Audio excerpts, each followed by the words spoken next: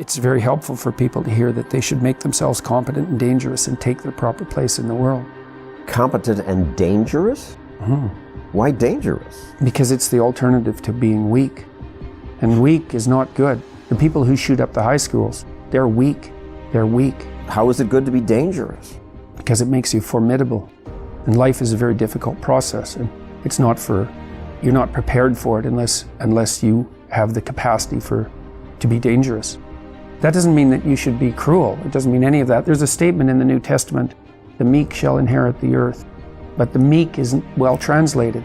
It means something more like, those who have swords and know how to use them but keep them sheathed will inherit the world. That's a way better way of thinking about it. You have to be powerful and formidable and then peaceful, in that order. And that's not the same as being naive and weak and harmless, which is what young men are being encouraged to be. It's like, that's a very bad idea. It's a very bad idea. Because naive, weak, and harmless means that you can't withstand the tragedies of life. You can't bear any responsibility. You'll end up bitter. And when you get bitter, then you get dangerous. But one thing I'm not getting, there's a big difference between letting people do something for themselves and saying men should be dangerous. By dangerous, that implies I should be ready to threaten someone, to hurt somebody. No, you should be capable of it. But that doesn't mean you should use it. There's nothing to you otherwise. Like if you're not a formidable force, there's no morality in your self-control. If you're incapable of violence, not being violent isn't a virtue. People who teach martial arts know this full well, right? If you learn a martial art, you learn to be dangerous, but simultaneously you learn to control it. Both of those come together. And the combination of that capacity for danger and the capacity for control is what brings about the virtue. Otherwise, you confuse weakness with moral virtue. I'm harmless, therefore I'm good. It's like, no, that isn't how it works. That isn't how it works at all. If you're harmless, you're just weak. And if you're weak, you're not going to be good. You can't be, because it takes strength to be good. It's very difficult to be good. You might say that someone who is incapable of cruelty is a higher moral being than someone who is capable of cruelty. And I would say, and this follows Jung as well, that that's incorrect, and it's dangerously incorrect, because if you are not capable of cruelty, you are absolutely a victim to anyone who is. And so part of the reason that people go watch anti-heroes and villains is because there's a part of them crying out for the incorporation of the monster within them, which is what gives them strength of character and self-respect, because it's impossible to respect yourself until you grow teeth. And if you grow teeth, then you realize that you're somewhat dangerous, or maybe somewhat seriously dangerous, and then you might be more willing to demand that you treat yourself with respect and other people do the same thing. And so that doesn't mean that being cruel is better than not being cruel. What it means is that being able to be cruel and then not being cruel is better than not being able to be cruel. Because in the first case, you're nothing but weak and naive. And in the second case, you're dangerous, but you have it under control. And a lot of martial arts concentrate on exactly that as part of their philosophy of training. It's like, we're not training you to fight. We're training you to be peaceful and awake and avoid fights. But if you happen to have to get in one, and I guess the philosophy also is that if you're competent at fighting, that actually decreases the probability that you're going to have to fight, because when someone pushes you, you'll be able to respond with confidence. And with any luck, and this is certainly the case with bullies, with any luck, a reasonable show of confidence, which is very much equivalent to a show of dominance, is going to be enough to make the bully back off. And so the strength that you develop in your monstrousness is actually the best guarantee of peace. And that's partly why Jung believed that it was necessary for people to integrate their shadow. And he said that was a terrible thing for people to attempt, because the human shadow, which is all those things about yourself that you don't want to realize, reaches all the way to hell.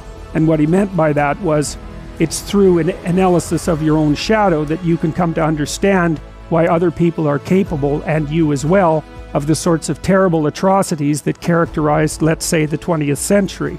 And without that understanding, there's no possibility of bringing it under control.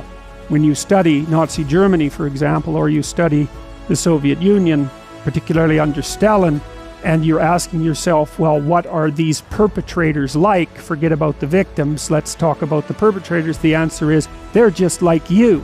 And if you don't know that, that just means that you don't know anything about people, including yourself. And then it also means that you have to discover why they're just like you. And believe me, that's no picnic. So that's enough to traumatize people, and that's partly why they don't do it. And it's also partly why the path to enlightenment and wisdom is seldom trod upon, because if it was all a matter of following your bliss and doing what made you happy, then everyone in the world would be a paragon of wisdom. But it's not that at all. It's a matter of facing the thing you least want to face.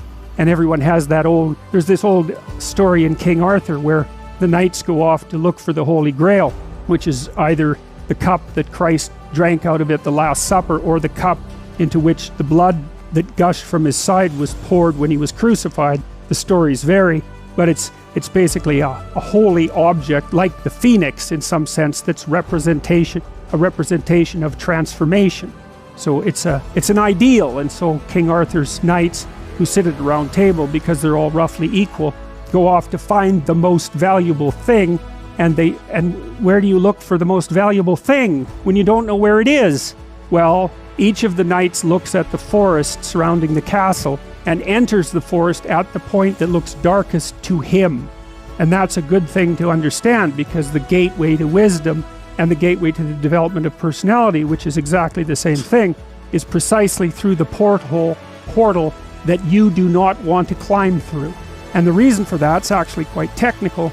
This is a Jungian presupposition too, is that, well, there's a bunch of things about you that are underdeveloped, and a lot of those things are because there's things you've avoided looking at because you don't want to look at them, and there's parts of you you've avoided developing because it's hard for you to develop those parts. And so it's by virtual necessity that what you need is where you don't want to look, because that's where you've kept it. And that's why there's, an idiosyncratic element of it for everyone. Your particular place of enlightenment and terror is not going to be the same as yours, except that they're both places of enlightenment and terror. So they're equivalent at one level of analysis and different at another. And this is part of the reason that I'm an admirer of Carl Jung, because Jung makes it very clear that, see, he was very interested in the barriers to enlightenment. Because if there's such a thing as being enlightened, let's say, then why isn't everyone enlightened? If it's just a matter of taking the glorious route and following your bliss, let's say, it's like, well, that sounds pretty easy. Why? Say anh thường hãy nhắc về em, mong khỏa lấp những u tối, khoảnh khắc về đêm nghe lại bài ca ngày xưa cũ. Ta hát về nhau nhớ những giấc mơ ta từng ước, to tát về sau, và đó là khi mà anh dần lụy là không làm chủ chính mình, thấy không gian trở nên tồi tệ, mọi thứ bao phủ chính mình. Em đâu còn như điều anh mơ, anh cũng tự nhủ chính mình, nhưng mà thôi em, nào ai giỏi mà đủ tính tình, chẳng thể vươn tới được cảnh cao dù anh có nhã ý trèo. Trong cơn say mọi thứ cuồng quay, anh trở thành gã chí phèo. Yêu chân thành là không thay lòng dù em có như thị nở. Ý anh là em như cô tấm, nhìn em như thị nở. Đêm vắng nàng ngón tay xám vàng vì đốt cả bao thuốc lá. Căn phòng chung khi xưa nồng ấm, bây giờ sao bút giá. Một thói xấu mà anh đã quen khi em không ở bên lâu. Anh thường ngồi trong một góc tối nhậu suốt cả đêm thâu. Em mang con tim anh đi đâu, khiến anh mù quáng vẫn cố sáng mỗi khi đau. Em mang con tim anh đi đâu, điều gì choáng váng để xứng đáng ướt mi nhau. Em mang con tim anh đi đâu, khiến anh mù. Because if you don't, then anyone who does wins. They beat you. And so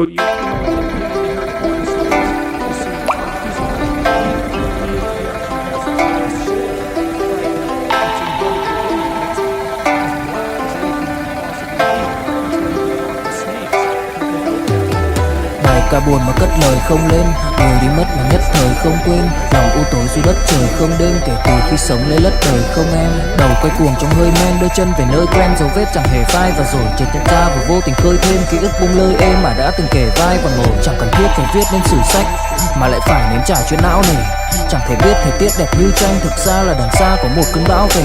Chẳng cần mơ hay chờ đến vạn kiếp để ta được cạn tiếp cho hết tiền dao bôi, rồi chẳng thể nỡ để vỡ mười nhân duyên, nên ta chỉ khấn nguyện chọn đời này chung lối thôi.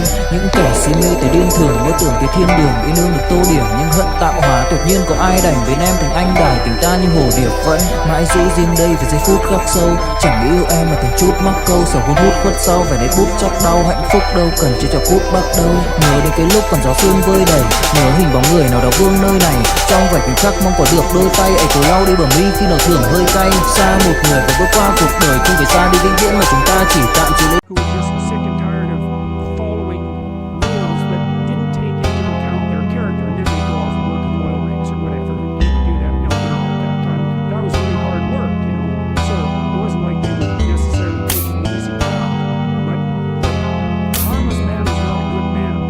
A good man is a very, very dangerous man who has that under voluntary. Em đến nhẹ nhàng như cách em đi qua cái khẳng lãng mạn như thi ca, khiến anh chẳng nhớ được gì cả, chỉ chút vội vã anh ghi. Và anh không biết được là đôi mình còn gần bên nhau bao lâu nữa. Nhiều lúc anh nghĩ hay thôi mình có lẽ là đừng yêu nhau nữa, vì cãi vã nhiều quá anh mệt lắm, chia tay nhiều quá anh mệt lắm, tất cả ở em đều mệt lắm. Nhưng rồi thời gian cũng hết năm, em thì vẫn ở đó, vẫn nắm chặt tay, vẫn kể môi sát môi. Anh thì vẫn như vậy, vẫn nghệ sĩ nghèo chỉ có lời hát thôi. Em à, người ta mất nhau trong 2 tuần và ta xa nhau cũng 2 lần. Anh không có phải thằng khờ cũng biết trái tim đâu đó đã phai dần, phải cần một sự liều lĩnh để thấy mình còn luyến thương nữa không. Mình sống với nhau như vợ chồng, những tình thế này thì chưa giống bài nhạc anh viết vẫn chưa xong. Liệu rằng ngày đó có